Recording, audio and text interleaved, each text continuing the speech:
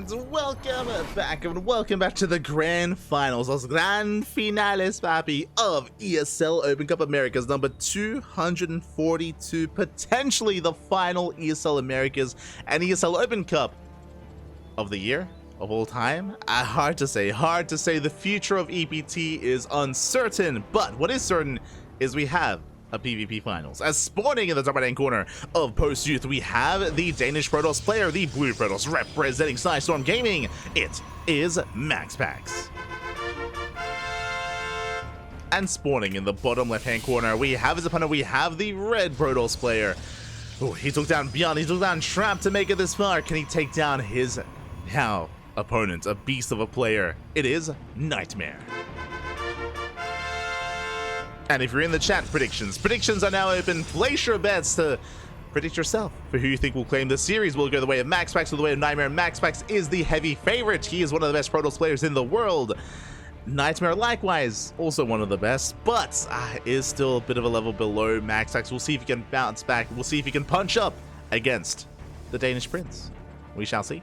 Again, best of luck with those gambas, with your predictions. For now, we're going to be loading into Post Youth. NightMare going for a gate expand. A very greedy opener here out of NightMare, even greedier than MaxPax, as MaxPax is one step behind, going for his own Nexus as a response to what he just scattered. So NightMare does have the slight edge economically, but both players are still embracing a more economic opener. We do delay the cyber cores initially as well, and we're settling into our PvP. Now I'm curious if this is going to lead into Stargate play into Phoenix Wars. I'm curious how this turns out. I don't get to cast too many PvPs on Post Youth, as it is often vetoed in best of threes. Is often vetoed. Here we go.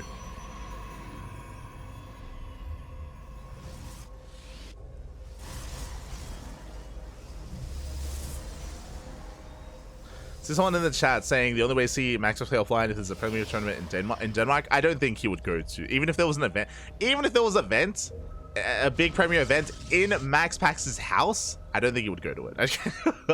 I'll be honest. I don't think MaxPax would go. He's I'm pretty sure he's expressed in the past that him not competing and going to events offline is more of an anxiety thing, more of a social thing, less so like, you know, anything else, which is fine. It's fine. It is what it is. As NightMare behind this going for a Twilight Council, MaxPax going for the Stargate. No surprise here from MaxPax going for the Stargate opener into, I imagine, oracles to harass across the map, into potentially defensive Void Rays if he smells it all in. Meanwhile, NightMare working towards Blink. Now this does confirm that we are avoiding Phoenix Wars. Phoenix Wars are avoided. Here we go.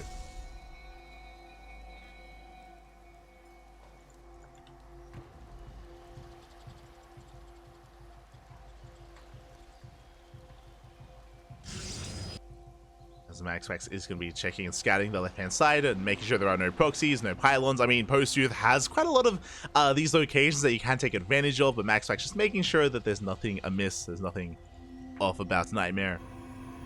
There it is, Blink is on the way, getting to our second gateway, getting fully saturated on two bases. Likewise, so is MaxPax with that full saturation. And here come the oracles. It's going to be on NightMare to defend, to keep up with these oracles and to shut them down.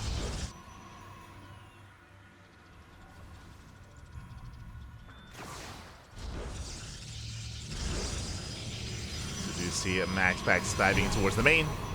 Gonna be deterred for now. Is denied access into the natural.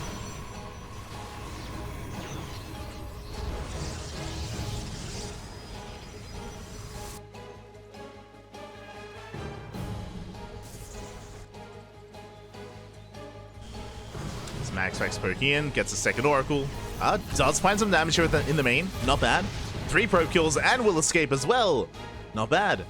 Meanwhile, that's a big gateway explosion. That's a lot of gateways. We're getting up to 6 gateways back at home. Oh my god. So instead of taking a third base, NightMare, instead of expanding, is doubling down on 6 gate, 2 base all in. At least it looks to be the case. MaxPax is expanding back at home, but NightMare is doubling down with Mass Blink Stalker. Stasis Trap is spotted. Could be baited out. Oh, dupling in time. Just one Stalker gets caught, not the others. And NightMare should be committing, should be pushing out. Robo's on the way. This might just be for the Warp Prism. NightMare is expanding, is taking a later third base. We'll see if he makes use of this army. Meanwhile, MaxPax, he's catching up with his own blink timing. Only on 4 gates back at home, so he's going to be down in the overall Stalker count, which is why NightMare, I'm hoping, will take advantage of his greater production. We'll see. We shall see. As the rover is going to be finishing up. And what are we going for? Observer first. Okay. Observer first. This tells me that MaxPax is taking an economic lead. He's getting ahead economically. He's down in production, down in army, but NightMare is not taking advantage of that. He's not making use of that. And MaxPax is going to be able to settle into his 3-base economy.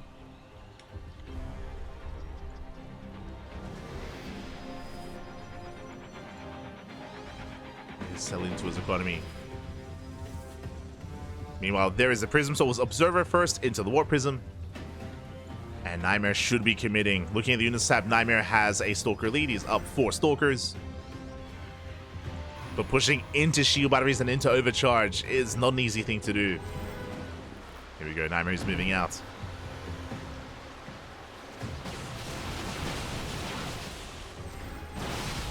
We're trying to catch out some of those Stalkers. Barely unable to.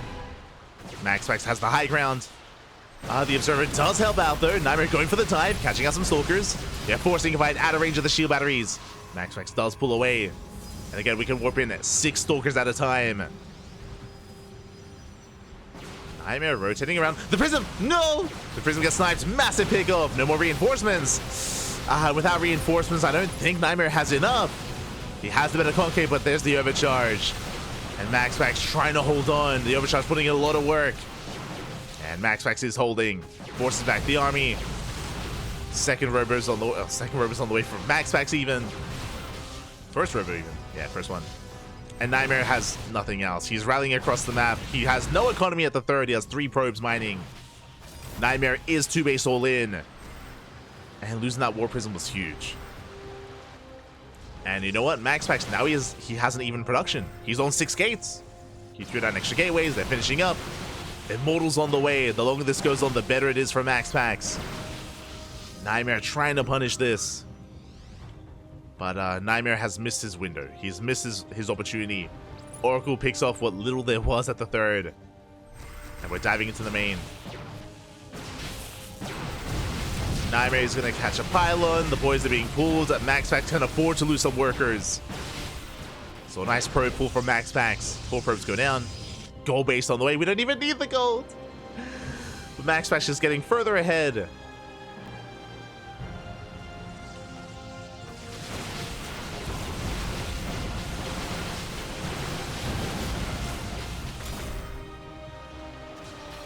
And yeah, GG gets called. We're running out of time. We just run out of steam, and MaxPax takes game number 1. GG. MaxPax does take a lead here. Again, NightMare, he went for the gateway explosion, but alas, it wasn't just that he wasn't able to get across the map in time. I do think his timing was decent, but losing the War Prism was the end of the game, essentially. The Prism, we did need it to reinforce to keep the pressure on and to try to break the defenses of MaxPax. Without the War Prism, we just lost so much steam. So much steam was lost there for NightMare. And with that, MaxPax takes a lead. MaxPax does take a lead, and I'm curious to see what other aggressive builds we see from NightMare. Again, I expect this to be the role that we take in PvP. That's usually the case, where MaxPax plays the defensive role, the defender, and his opponent plays the aggressor. That's usually how things turn out here. It was a little bit different on Post-Truth just because of the map itself, so both players open up economically, but it still led to an all-in. All roads lead to all-ins against MaxPax in PvPs. And we'll see what NightMare has in store for us this time. Again, I mentioned before, this should be a short series. One way or another, it's going to be quick matches, Bobby. Quick matches. Oh. Here we go.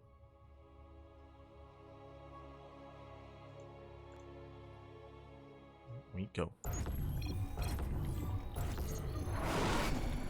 And now we're settling into our next game, and spawning in the bottom right-hand corner of Oceanborn, we have our Danish Protoss player, the Blue Protoss, leading the series 1-0, representing System Gaming. Can he extend that lead? Can he keep up that momentum? It is MaxPax. And spawning in the top left-hand corner, we have the red Protoss player from South Korea down in the series, but it's a best of 5. We can, and we most likely will bounce back. The pressure is on. It is NightMare. Here we go.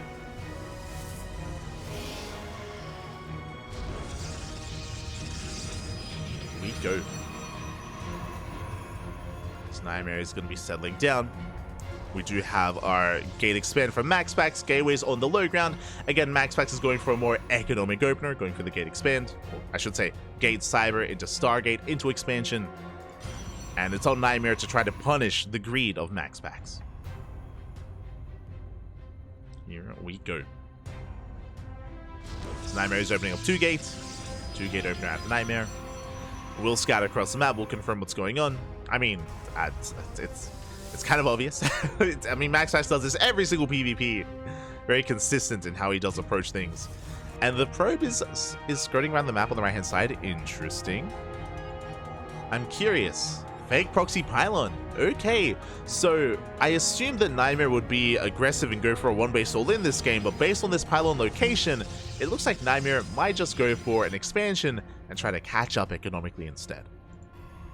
As this pylon isn't really placed to proxy anything on the map, outside of like a Twilight Council and a Dark Shrine, for something crazy like a DT rush. But the probe does leave that location. And MaxPax already has his Nexus on the way. Ooh, MaxPax being a little bit greedy here. I mentioned before that we're used to seeing MaxPax go for the gate, cyber into Stargate into expand, but this time MaxPax takes a much faster Nexus. Much faster base, very greedy play out of MaxPax. And it looks like he's not going to be punished. So the plan of NightMare to just go into a later expansion, it's going to backfire a little bit here, just because MaxPax is even greedier than normal. The probe will confirm. NightMare, he sees how late the Stargate is. He saw how, I mean, that's all you have to see, really. And the question becomes, how does NightMare respond? There's that Nexus on the way. Again, it is far later than the expansion of MaxPax, so NightMare is going to be behind. And the pressure is on NightMare to try to stabilize, try to recover, and equalize the economy. Here we go. You see, MaxPax is looking for the proxy pylon, is aware that it's missing. So MaxPax is scouting. Behind this, a Void Ray is on the way just to be safe. A shield battery as well. MaxPax is safe and secure.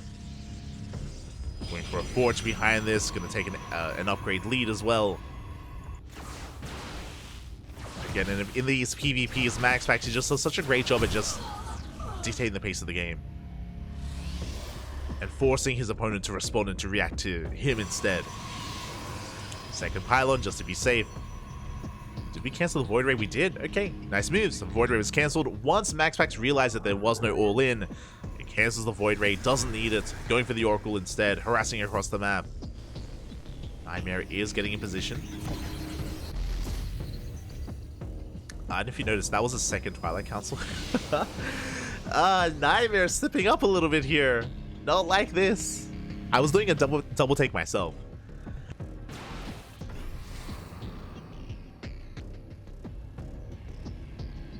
The Oracle is denied. Dipping into the natural.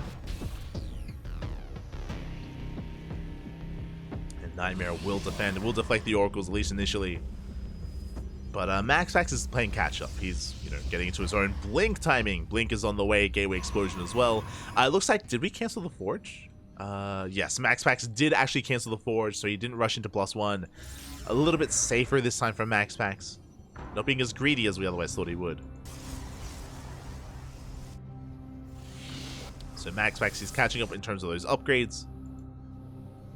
And we'll see if NightMare goes for a Gateway Explosion. It looks like he's planning to expand. Yeah, trying to take that third. Third is on the way.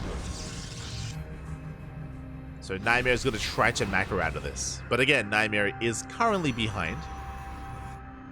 The third bases are thrown down at similar timings. We'll see if NightMare can recover.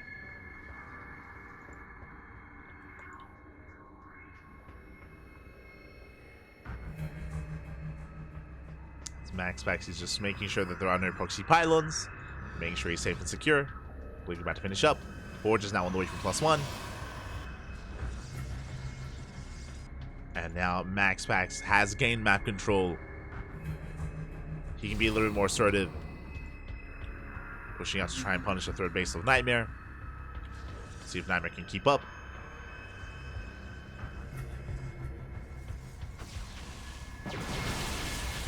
Going for the shield battery. Shield battery will finish up, but it's going to be targeted down.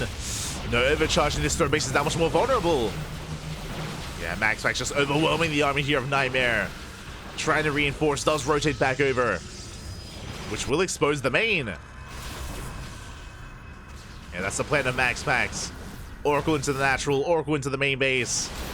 MaxPax doesn't break the third, but he forced just an overreaction from NightMare. And probes are going down. We're just pulling NightMare apart. Ay, ay, ay. 9 probe kills. The Oracle escapes. Both of them do. And again, even though MaxPax didn't break the third, he still broke the economy. Did enough damage, did distract NightMare, created an opening for himself. And with that, MaxPax has a massive lead. He's got 60 probes to the 40 of NightMare. And now MaxPax can focus on his army, focus on his eventual charge timing, and look to snowball from there. To snowball from there. Oh, it's a rough position for NightMare. How do we bounce back from this? It's difficult because NightMare doesn't have map control. Looking at the units tab, NightMare, he's even on Stalkers. If he had extra gateways, if he had a greater Stalker lead, then he could try to apply pressure to the third and deny the fourth. As that's not the case, we have to hope for some counterattacks. I'm talking about adept counterattacks, adept run-bys, adept shades into the mineral lines, maybe Warp Prism Harass as well. Outside of that, MaxPax is pushing forward, out-trading these Stalkers. Oh my god. Takes down so many of them, Overcharge gets popped. NightMare holds. MaxPax dips in. This time NightMare is ready, he's in position. But all that MaxPax is doing is just containing NightMare to 3 bases while he takes a fourth. I also love that we're getting cannons. We have cannons in the mineral lines. Another way to bounce back for NightMare is Dark Templar. But MaxPax is getting ready for that. Cannons are on the way. Stalker's getting shut down. And MaxPax, he is just overwhelming this army. Shield battery is out of energy. We don't have an overcharge. Barely not. With reinforcements, NightMare might be able to hold on. Forces back the army. He's holding. But it is becoming a bit much. As here come reinforcements. They're blinking across the map. The stasis! Oh my god. Almost. Gasito, man. As MaxPax still trying to force the issue. Barely trying to out-trade NightMare. Oracle into the natural. NightMare did respond with his defensive Stalkers. And probes are going down. Overcharge gets popped. The help of the overcharge, NightMare, he's holding. He's holding on. Is he though? Once again, Stalker's not in the main and 9 probes go down. MaxPax just forcing NightMare to expose his mineral lines and expose his bases. The Oracle is still alive. And now here comes the Prism. And now MaxPax is here to double down. The stasis! No! The stasis pops off. And just like that, NightMare, his Stalker count cut in half. And down to half the Stalkers. Ay, ay, ay. MaxPax pushing in, reinforcing with Zealots. And he's snowballing out of control. MaxPax, he breaks through the Zealots. Gets on top of the Nexus, gets on top of what little is left of the army. Oracle into the natural. Finally, he's going to go down, but the damage has been done. And 34 probe kills throughout the course of this game. And MaxPax just has too much. The third base is still barely standing strong. Barely. NightMare did get a fourth. But it doesn't matter. Doesn't matter, Fappy, not anymore. We have the overcharge. It's going to be targeted down. MaxPax just has an overwhelming army. Results are coming from both players, but it's just a numbers game at this point. MaxPax is pushing through. And again, with that Warp Prism behind this, NightMare just cannot keep up. Not anymore. It's been a bit of a slower burn this game, but MaxPax is just doing so well in the mid game, just getting further and further ahead, taking a greater lead. And with that, we're down to our last remaining Stalkers. GG gets called. MaxPax has too much and will take a 2-0 lead. GG. Very impressive game there from MaxPax. Again, setting a different pace as well. I do want to like wind it back a little bit and put emphasis on the opener of MaxPax. MaxPax is known for the quote-unquote MaxPax opener in PvP, which is greedy, that is true, but not as greedy as what we just saw. Like, typically MaxPax does go for a faster Nexus, but goes for a Stargate before Nexus to be safe. Usually he's very safe with his opener. Not this time, not in game 2. We saw MaxPax cut corners, go for a much faster Nexus instead, and from the opener, from the beginning, there was just so much pressure on NightMare to try to bounce back. He was perpetually behind, just because of the nature of a mirror matchup like this. NightMare went for a standard kind of economic opener, but again, just not as greedy as MaxPax. MaxPax got away with it. He was able to pop off with his Oracle Harass as well, and yeah, just pulled NightMare apart. Unfortunately, NightMare wasn't really set up for any kind of all-in play either. Wasn't set up for that. And now we're settling into game number 3, and I'm hoping for a back and forth. I'm hoping we can have an extended series, but the series might end here and now on Golden Aura. As spawning in the top left-hand corner, we have the Danish Protoss player, the Blue Protoss, leading the series 2-0, one game away from becoming this week's the final ESL Open Cup Americas champion. Representing Sidestorm Gaming, it is MaxPax. And spawning in the bottom right-hand corner, we have his opponent. We have the red Protoss player from land of South Korea down in this series, up against the wall. He has to fight back here and now to make a series out of this. It is NightMare. Here we go.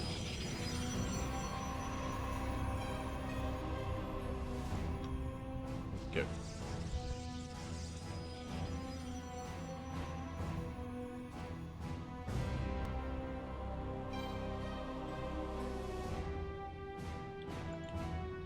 NightMare is moving out. Going for his probe scout, so is MaxPax. Oh, moving out across the map. Trying to get a read on what's going on.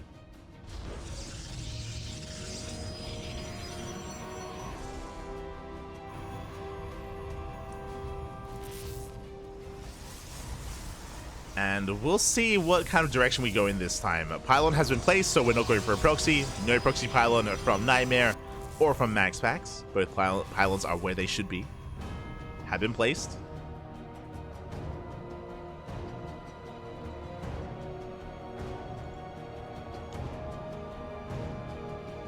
There we go.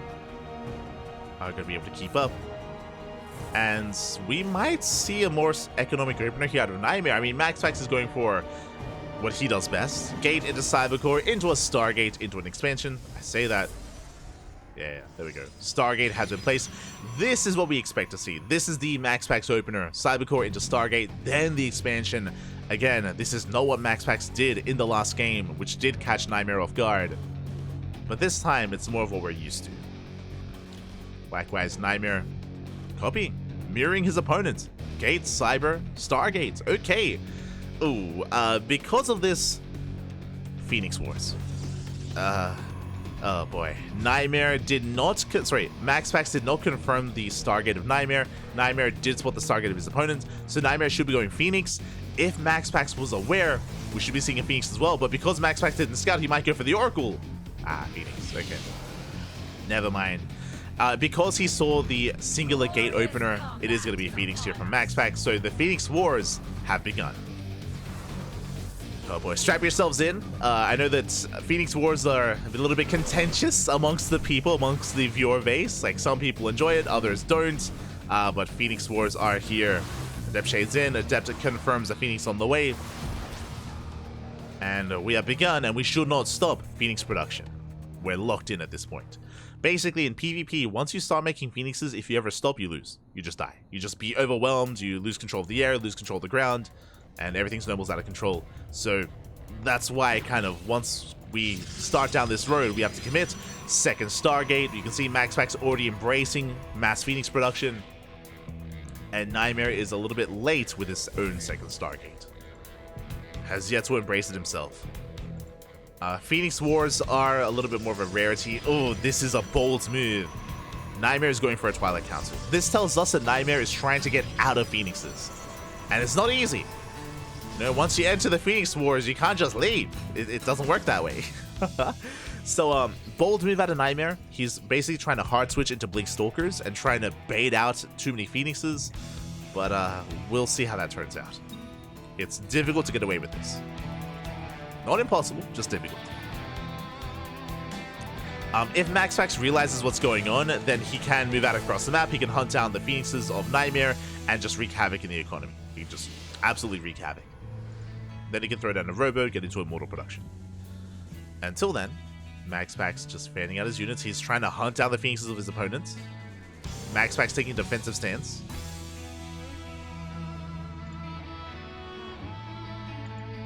Meanwhile, NightMare has both Nagas, does spot the Phoenixes.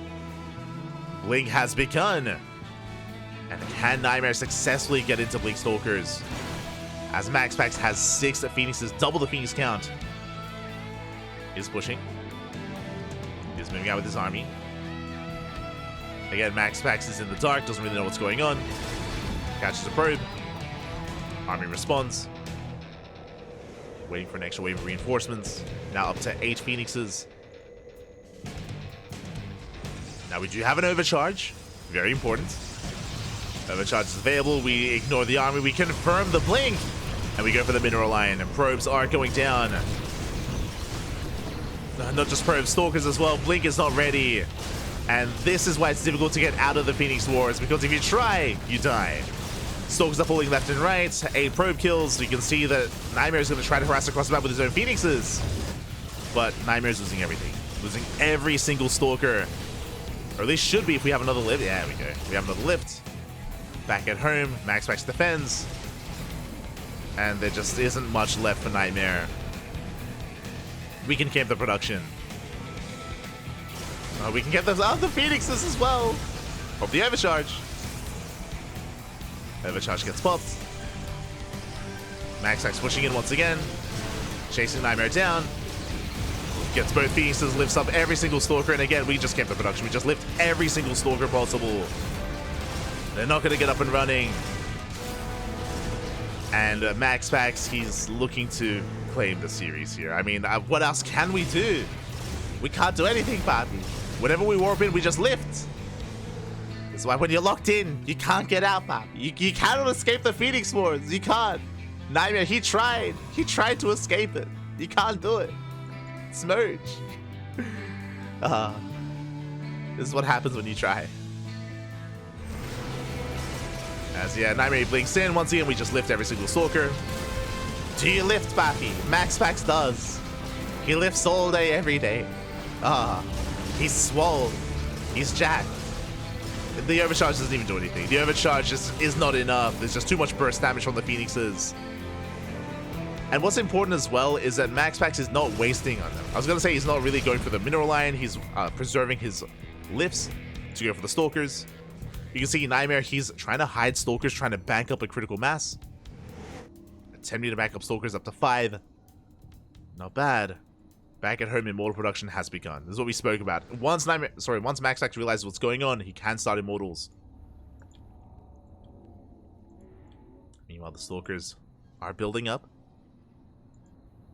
We have 5. No, oh my god, oh god. Jesus. As we lift half the mineral line, 10 probes go down. And NightMare is going for it. He's going for an all-in. This is the only chance. We're going for a massive all-in. Back at home, we have 2 Immortals. Shield battery's on the way, but it's not ready. The army is spotted. MaxPax knows, and he turns around. I mean, again, MaxPax doesn't have to camp the production. He's recalling back home. He respects the all-in. How many Stalkers? 13. 13 Stalkers for NightMare.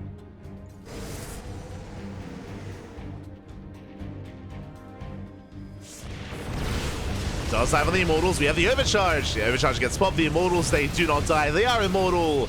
And MaxPax will completely shut down this all-in.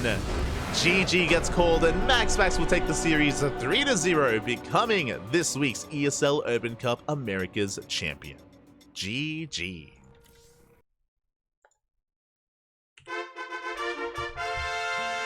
GG, well played. Congratulations here to MaxPax as he will claim the series. My condolences to NightMare. He had an amazing performance making it this far. Remember, NightMare, he took down Trap and he took down Beyond as well to make it to the finals. Unfortunately, could not hold a candle to MaxPax here.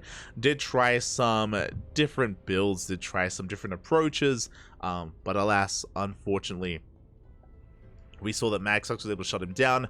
We saw some hyper greed out of MaxPax in Game 2. In Game 1, if you remember, NightMare went for a 2-base all-in, and MaxPax barely shut it down with his Blink Stalkers, was able to dive on top of the Prism, was able to deny any reinforcements and survive the all-in. Here in Game 3, we saw that we started Phoenix Wars, and NightMare tried to deviate away. He tried to transition out of it into Blink Stalkers to try to catch his opponent off guard.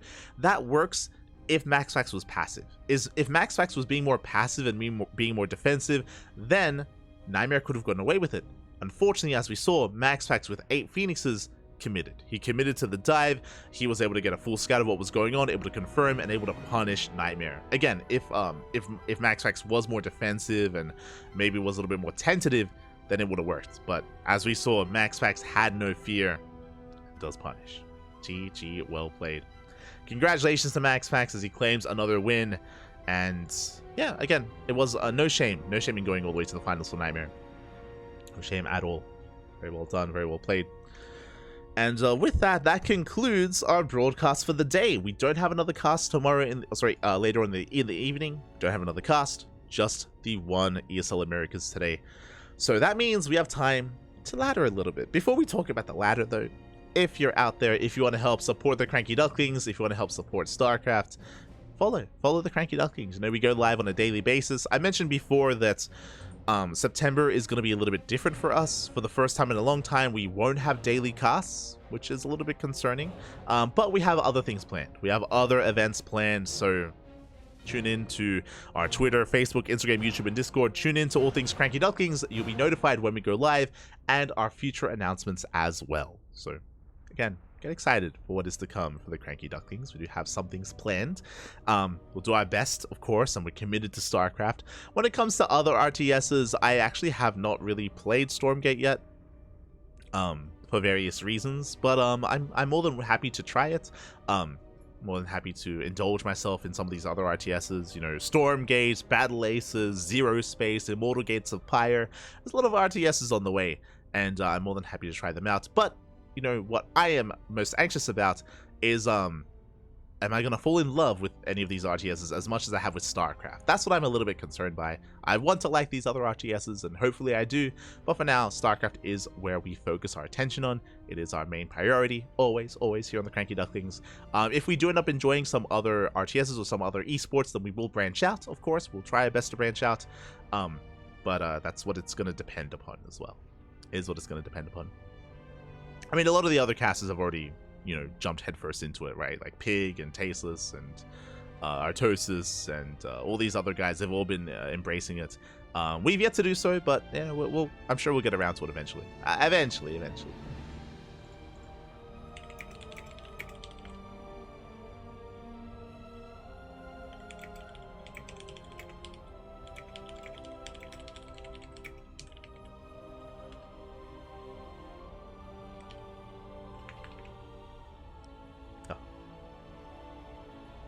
Roddy's in heaven right now. No. Not like this. Not like this.